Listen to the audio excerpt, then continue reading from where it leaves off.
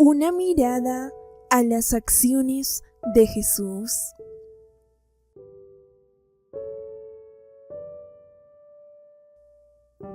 Jesús, nuestro maravilloso amo y maestro, vivió en perfecta paciencia, amabilidad y bondad.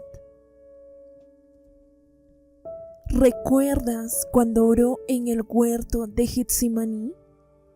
Era el momento de morir, pero no se rebeló, no entró en pánico, no huyó, ni se desmoronó.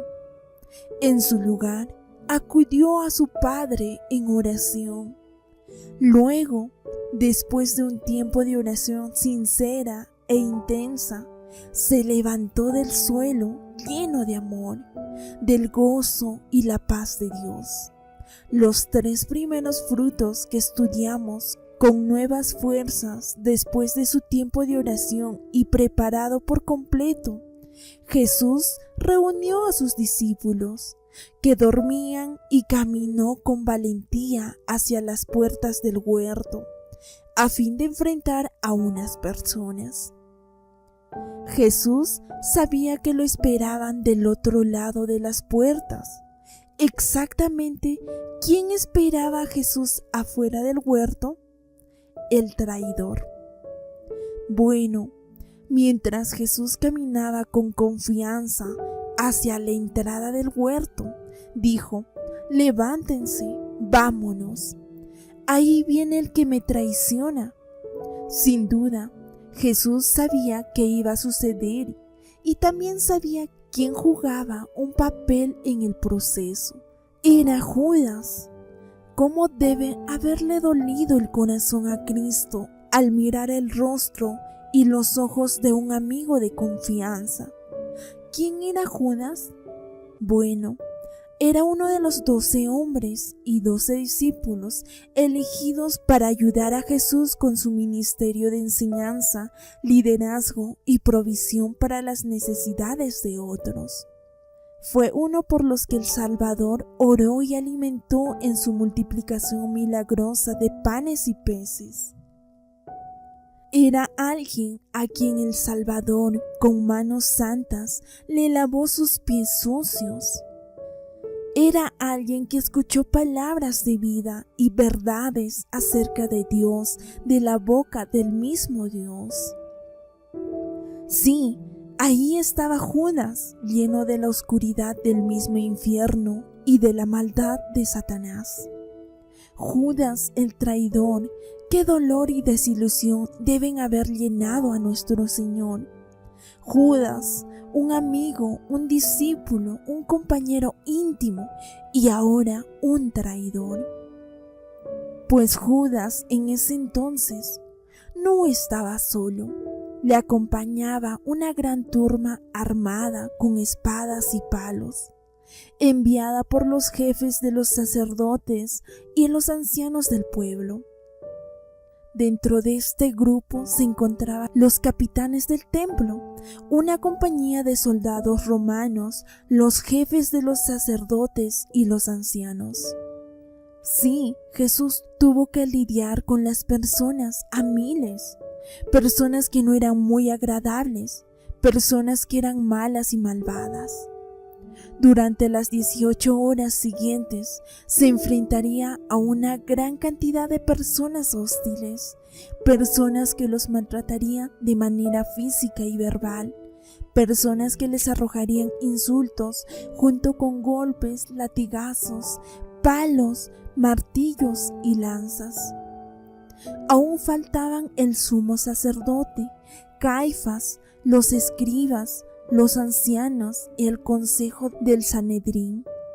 Y había más gente. La lista de los enemigos de Jesús continúa, y fueron Pilato, que decidiría la muerte de Jesús; 2, los soldados que lo atarían, se burlarían de él, los escupieran y lo golpearían; 3, los 2 ladrones que crucificaron junto con él, uno de los cuales lo insultó; 4, la multitud, la cual blasfemaba en su contra y meneaba la cabeza para burlarse; 5.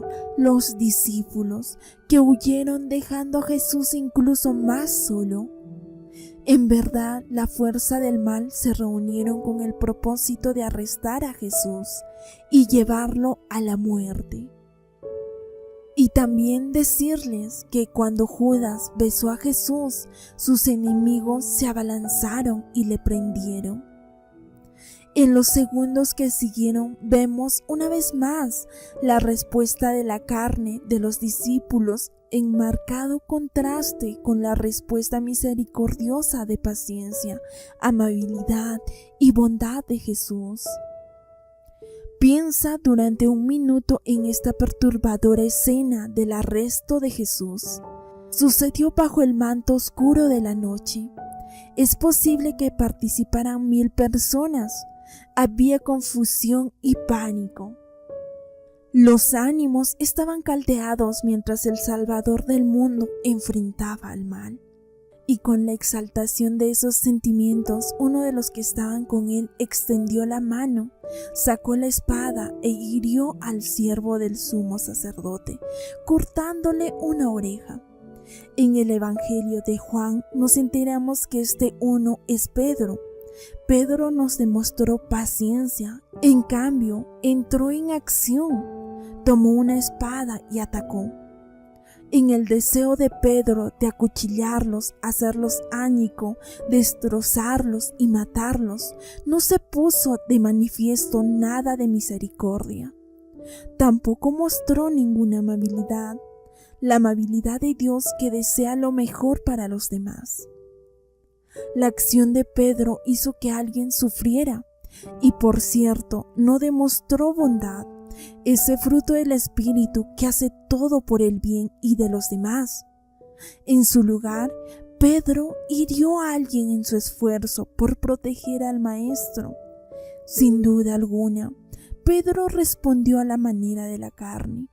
Escogió la respuesta fácil, reaccionó, puso en evidencia las obras de la naturaleza pecaminosa. Y que también la respuesta piadosa de Jesús también entró en acción.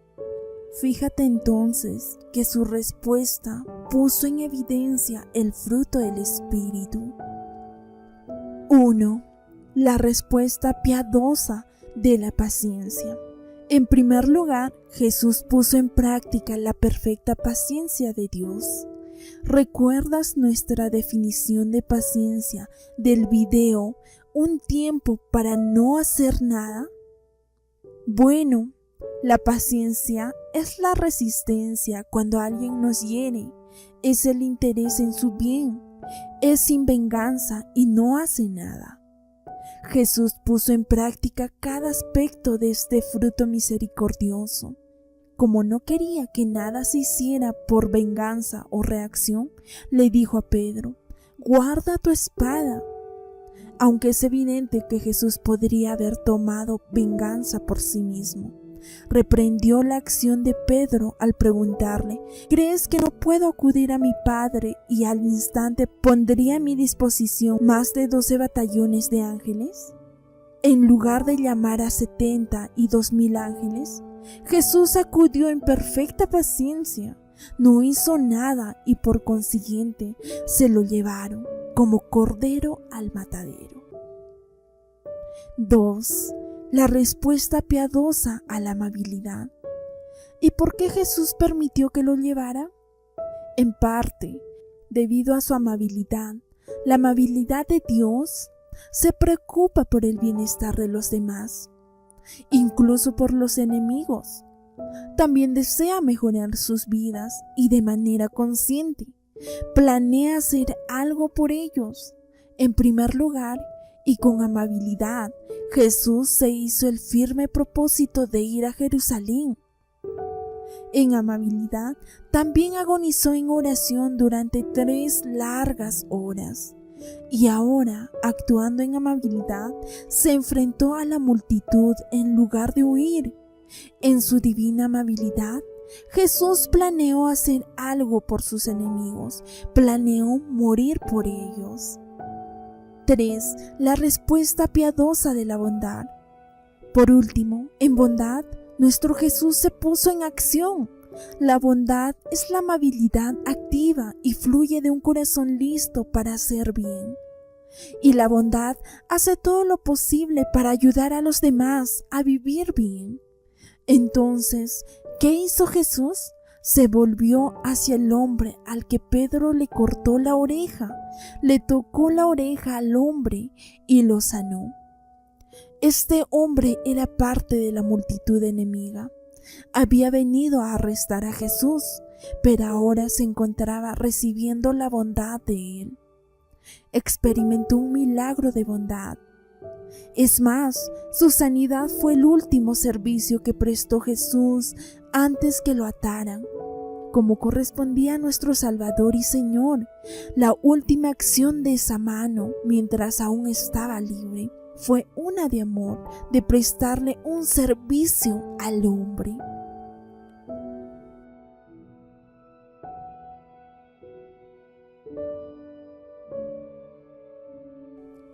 La respuesta del corazón. En verdad, Jesús es el Dios de toda gracia que puede hacer que toda gracia abunde para ti, de manera que siempre, en toda circunstancia, tengas todo lo necesario y toda buena obra abunde en ti. Una vez que vemos la gran misericordia de nuestro Salvador en circunstancias terribles, ¿cómo podemos volver a atacar a otros de palabras? ¿Cómo podemos volver a ser impacientes con los demás luego de presenciar la belleza y la gracia de la paciencia de nuestro Señor con sus asesinos?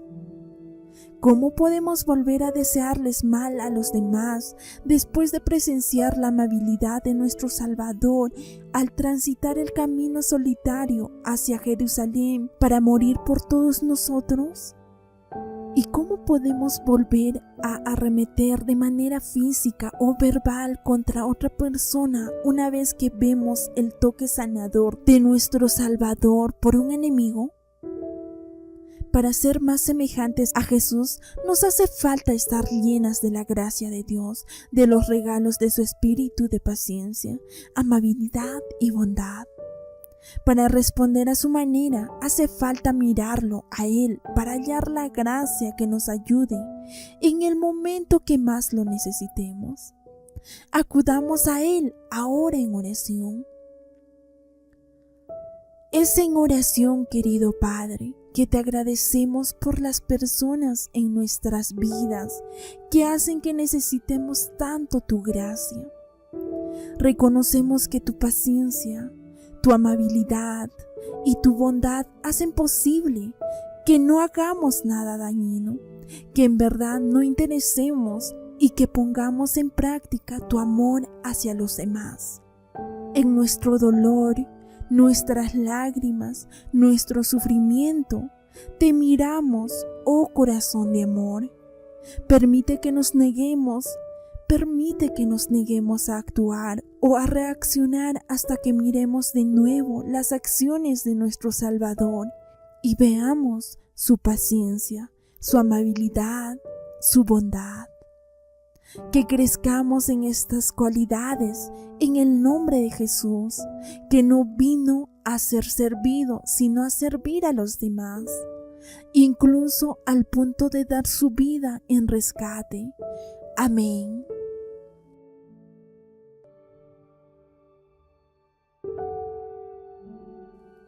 Dios te bendiga, querida amiga, y no te olvides suscribirte a este canal, Una mujer conforme al corazón de Dios.